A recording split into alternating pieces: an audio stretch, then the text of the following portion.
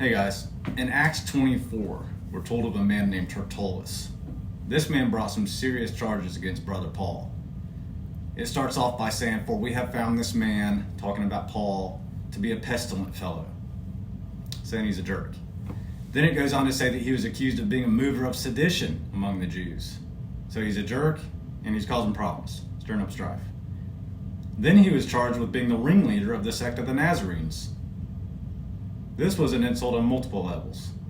Tertullus accused Paul of being one of the Nazarenes, just like Jesus was. Nazareth was considered to be the armpit of society. Nothing good came from there. Nobody bragged about being from Nazareth. Again, not a compliment. Then it says Paul went out to profane the temple. They accused him of that. Was any of that true? No, none of it was. But these false charges kept getting stacked up against him. Then this orator escalated the situation even more by dragging out a bunch of false witnesses against Paul. Have you ever had someone tell lies about you and then gather a bunch of people in their corner to team up against you? So did Paul. So as we progress and we read into the chapter 24, it says that then the Jews came dissenting the same thing.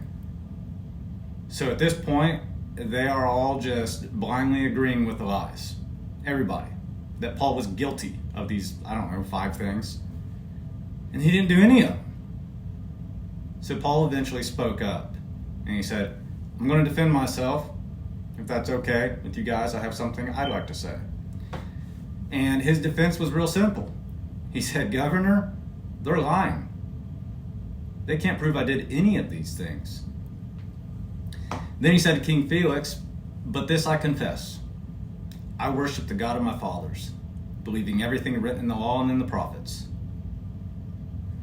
So what he's saying is this: I will confess one thing, what they call heresy. Yeah, that's what I'm doing. But the more accurate description of that allegation would be that I'm faithfully trusting in God. That's the only thing I'm guilty of.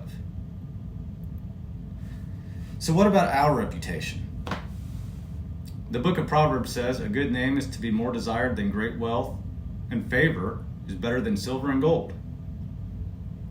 So the Bible definitely encourages us to build up and guard a good reputation.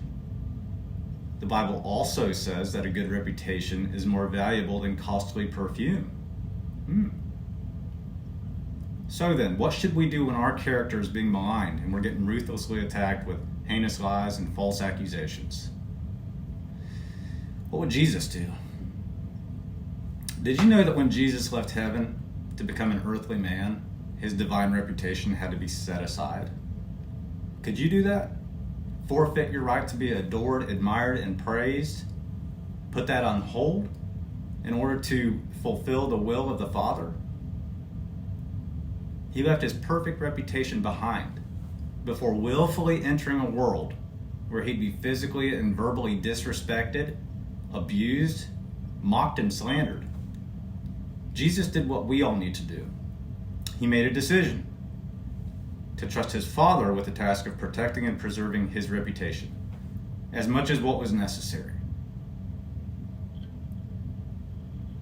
So whenever we're going through it, we need to try to do the same thing. Jesus is our example. And plus, the Christian should expect to be run through the mud, throughout his life on earth, right? But as long as we keep our eyes and our hearts locked on God, it'll all work out. Everything will be okay. He'll take care of it. People can only harm and disrupt your worldly pleasure. That's it. But ultimately and thankfully, we have an inheritance that's laid up in heaven. A treasure that no one can steal or defile. It's being held and protected by the Lord himself. And because of that, we should never lose our excitement about the world that is to come. There are better days ahead, my friend. Keep your eyes on the destination. And we should continue loving the people who, because of their own heart problems, choose to hate us. We don't have to take it upon ourselves to fix everything and put all this time and energy into winning people back by sharing our side of the story. Oftentimes it's fear of people, not fear of God, that produces this instinct anyways. Yeah, it's sometimes good, sometimes right to defend yourself, especially if you're in a leadership role and the slander damages the ministry. But, from what I've observed, my personal experience has taught me that it's usually better to stay silent, trust in the Lord, and let truth be your greatest advocate in the long run. People who live this way eventually become surrounded by others who do the very same thing. People will see. Toxic people cluster together. And because of this, the evidence manifests itself in time. Because people who share these characteristics in common, they eventually end up coming against each other. Relationships built on negativity and dishonesty, they're not sustainable long term. So we need to stay on the high road, because if we all pointed out each other's flaws, faults, and sins all day long, that's all we'd ever do, and our lives would be miserable. That's not what we're called into.